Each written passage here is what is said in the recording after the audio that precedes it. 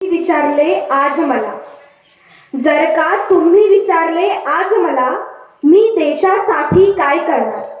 जर का तुम्ही विचारले आज मला, मी देशासाठी काय करणार, तर सांगून ठेवते तुम्हा सगळ्या, मी देशासाठी झिजणार, मी देशासाठी विझणार, मी देशासाठी बलिदान देणार. हो, मी देशासाठी मरणार, हो, मी देशासाठी मरणार.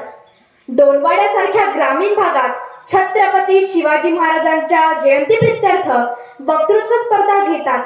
म्हणजेच येथील लोक जागरूक, सुज्ञ, विवेकी आहेत. ज्यांना विचारांचा जागर घालावा वाटतो अशा सगळ्या डोलवाड्या येथील गावकऱ्यांना प्रथम मानाचा मुजरा करते. अध्यक्ष महाराज, परीक्षकगण, तसेच संयोजन समितीतील सगळे सदस्य आणि बालबालिका, मायमाऊल्यांनो, वडील थोर मंडळींनो, माझा कोड क्रमांक 17 आहे.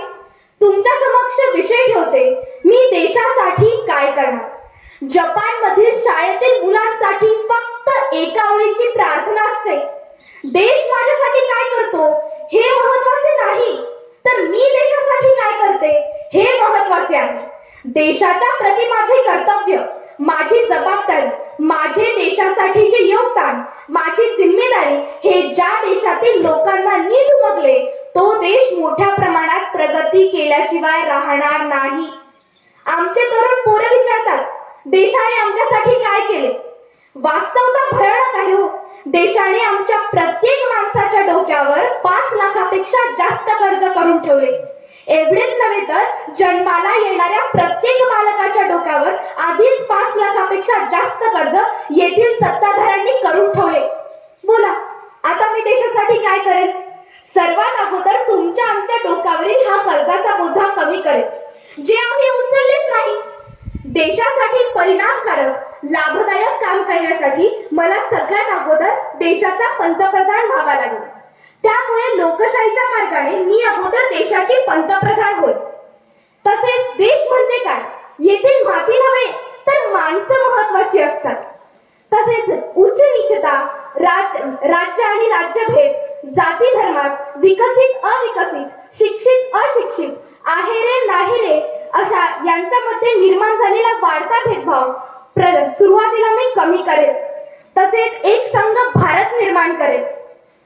भारतात वर्तमान केंद्र आणि राज्य सरकारने जवळपास 90,000 सरकारी शाळा बंद केल्यात, कारण गोरगरिबांची मुले शिकूच नयेत म्हणून. पण मी अगोदर त्या बंद केलेल्या शाळा पूर्ववत सुरू करेल आणि दुसऱ्या 90,000 सरकारी शाळा नव्याने सुरू करेल आणि त्यांचा दर्जा खाजगी शाळेपेक्षा चांगला ठेवेल.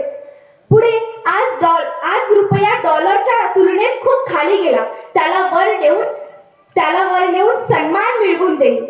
भारतात वर्तमान केंद्र वाढवले पाहिजे. तसेच बेकारी वाढली, महागाई वाढली, GDP कोसळला, देशात भूकमारी वाढली, या सगळ्या गोष्टी आधी व्यवस्थित करेल. या जगात ज्याने चांगला बदल घडवला त्याला लोकांनी जीवे मारले. तसेच मला जर कोणी जीवे मारले तर मी देशासाठी हसत मरण पत्करेल. एवढे बोलून माझ्या शब्दांना इथंच थांबवते.